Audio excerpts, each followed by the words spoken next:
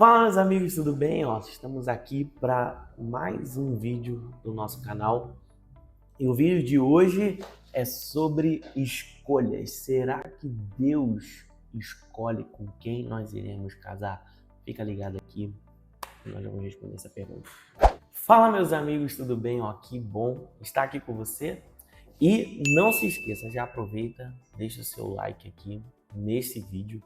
Aproveita, compartilha com o máximo de pessoas e já envia para aquele seu amigo, para sua amiga que está solteiro e está no versículo da Bíblia que diz: apressa-te, Senhor, em atender o meu clamor.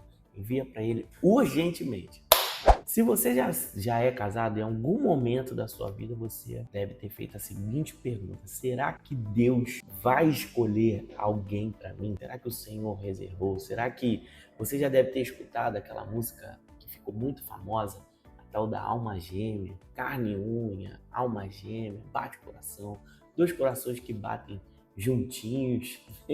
A gente já escutou muitos termos sobre isso, mas o que a palavra do Senhor fala a respeito disso? Será que verdadeiramente um Senhor separou? Ou aquela frase que muitas pessoas dizem assim, que Deus une propósitos, né? Será que isso verdadeiramente é uma realidade para as nossas vidas? Quando nós olhamos as Escrituras, né, logo lá no começo de todas as coisas, lá em Gênesis, no capítulo 2, no verso 18, vai dizer o seguinte: Deus declara: não é bom que o homem esteja só, farei para ele uma auxiliadora que lhe seja adequada. Adão aqui, ele experimentou da vontade de Deus. Deus deseja que todos nós possamos formar uma família. O desejo de Deus é que um homem e uma mulher se una através do casamento, através da aliança. E Adão foi aquele que experimentou a escolha de Deus. Ele não tinha outro, não existia outra mulher.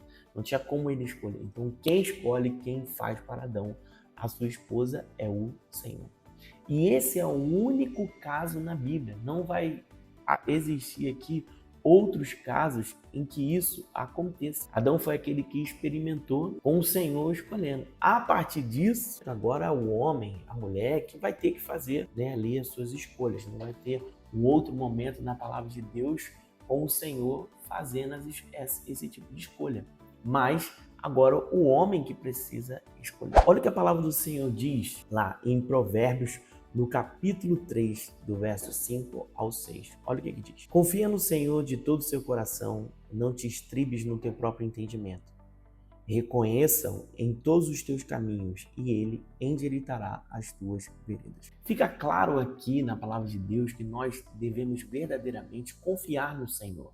Nós devemos confiar os nossos caminhos nele. Nós precisamos crer que o Senhor está nos guiando. Quando a palavra do Senhor diz que o Espírito Santo iria nos guiar toda a verdade, isso é uma realidade para nós. Uma vez que nós temos o Espírito Santo, ele nos guia a toda verdade. E como vai ficar essa questão da escolha? Como escolher? Se Deus não escolhe, como nós devemos escolher? Primeira coisa que você deve se atentar: não caia em nenhum tipo de engano. Quando uma pessoa transfere a responsabilidade que é dela para Deus, você já deve começar a desconfiar. Porque, por exemplo, eu sou casado há 10 anos. Quando eu me interessei por ela, né, nós temos uma diferença de idade de 10 anos. 10 não, são 11, 12, quase 12 anos de diferença. Eu escolhi ela, eu me lembro que eu cheguei pro meu líder e disse assim para ele: eu quero namorar e vou casar com aquela menina ali. E eu apontei para Carol. E eu fui, recebi vários nãos, até que o sim chegou, estamos aí casados. Mas eu não fiquei naquela questão espiritualizando aquilo que seria a minha escolha. Porque o Senhor, o meu relacionamento com o Senhor precisa ser traduzido em boas escolhas, em fazer escolhas bíblicas. Então, quando eu decidi que eu queria namorá-la, foi baseado em quê? No meu relacionamento com Deus, em buscar uma pessoa que amava o Senhor, uma pessoa que buscava Deus acima de todas as coisas, uma pessoa que professava a mesma fé que eu, uma pessoa estava inserida no mesmo contexto que eu. Então o Senhor, o nosso relacionamento com Deus, vai nos dar sabedoria para poder fazer as escolhas. Então, o que a gente deve tomar atenção é que a gente não caia no que nós conhecemos já como julgo desigual. Julgo desigual não é só quando existe uma pessoa crente e a outra não e querem namorar. O julgo desigual não é só isso. Você pode ter alguém, se interessar por alguém dentro da própria igreja e ser um julgo desigual para você, porque é uma pessoa que não combina, né, ou que não está na mesma página que a sua vida. E às vezes a gente recebe muitas pessoas dentro de gabinetes e às vezes já estão até casados e apresentam problemas que são resultados do julgo desigual lá de trás, mas que agora, já casado, não tem como mais resolver isso. Agora, irmão, tem que pedir auxílio ao Espírito Santo, agora tem que começar a conversar para resolver tudo isso. As avaliações de julgo desigual você precisa ver na época do namoro, quando tudo está começando, quando tudo está ali se iniciando. É nesse momento que você precisa averiguar as diferenças. Então, não se inicia um namoro sem antes ter um conhecimento prévio sobre a pessoa, naquilo ali que já está na cara, né? Que já é perceptível através de uma amizade. O nosso relacionamento com o Senhor consiga fazer com que a gente enxergue, né, as igualdades e também as diferenças. Outra questão que você deve buscar na pessoa que você for escolher é um caráter piedoso, vamos chamar assim. Essa pessoa precisa ter o caráter de Cristo Jesus. Essa pessoa, a vida dela, as atitudes dela, devem apontar para Cristo. E uma das maiores dificuldades que eu vejo é que as pessoas colocam em primeiro lugar aquilo que é secundário. E também isso já prova que não é Deus que escolhe pra gente. A maioria das vezes, existem pessoas que estão solteiras há muito tempo, né? É porque elas colocaram uma régua lá em cima, né? Se o Senhor fosse escolher para nós, o Senhor iria, né, colocar certamente em primeiro lugar questões do nosso interior, não questões que a gente está buscando. Tem muita gente que coloca em primeiro lugar aspectos físicos, e não que isso não seja importante, isso é importante sim. A pessoa deve te atrair, você deve gostar, deve achar a pessoa bonita, você deve achar a pessoa atraente, você deve achar todas essas coisas, tá? Tudo isso deve estar aí na sua listagem, mas isso deve estar associado a um caráter. Então, cara, você precisa ser alguém visionário. Carol, se eu vou tentar achar aqui, para colocar uma foto minha antiga, aqui, ó, aqui em algum lugar vai aparecer, você vai ver. Ela foi visionária, ela, né, fez aí um investimento forte aí em oração para poder as coisas mudarem. Se ela só olhasse a minha cara, com certeza ela não casaria. Mas eu tinha outras qualidades que fazia com que amenizasse ali a situação. Então você também precisa olhar nesse aspecto. Você não pode só colocar o aspecto físico em primeiro lugar. É lógico que deve ter ali, no mínimo, minimamente atrativo para você. Mas tem coisas que uma roupinha legal, uma ajeitada ali, um botox, um negócio aí já ajeita. Mas o principal deve ser o caráter da pessoa. E outros aspectos que você também deve observar nessa pessoa que você vai escolher: ama o Senhor, obviamente.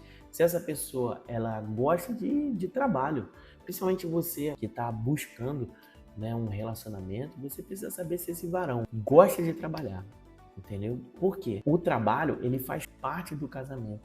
Gostar de trabalhar é uma característica que você deve buscar na pessoa que você for se relacionar, principalmente na parte do vaso. Principalmente você, irmã, que está buscando um vaso para você casar.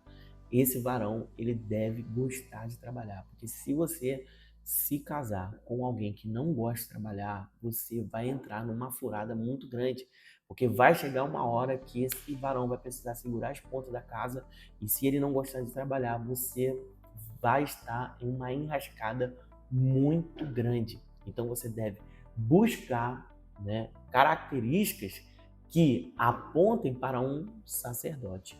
E gostar de trabalho é fundamental. Às vezes, você vai se relacionar com alguém que não tenha um padrão elevadíssimo de vida, mas se gosta de trabalhar, vai ser um cara que não vai permitir que falte nada para dentro da sua casa. Então, isso deve ser uma característica que você ame, tá? Que você busque. Então, ore, peça ao Senhor sabedoria, discernimento, mas saiba que é você quem vai escolher a pessoa que você vai casar. Não vai ser Deus. Não existe alma gêmea, tá? Só para poder te contar esse segredo. Não existe isso.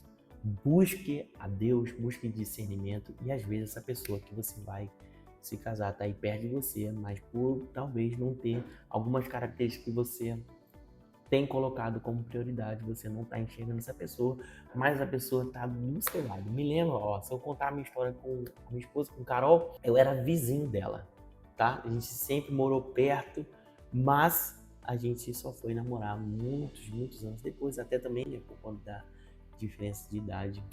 Eu comecei a namorar com ela justamente no período em que ela podia namorar.